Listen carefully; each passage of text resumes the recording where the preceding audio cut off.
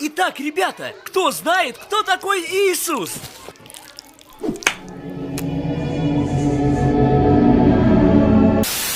Говори, как дела? Ой, у меня все отлично! Девочка, тебе помочь чем-нибудь? Да, мне холодно, согрей меня. Отличная работа! Завтра, как обычно, в 9.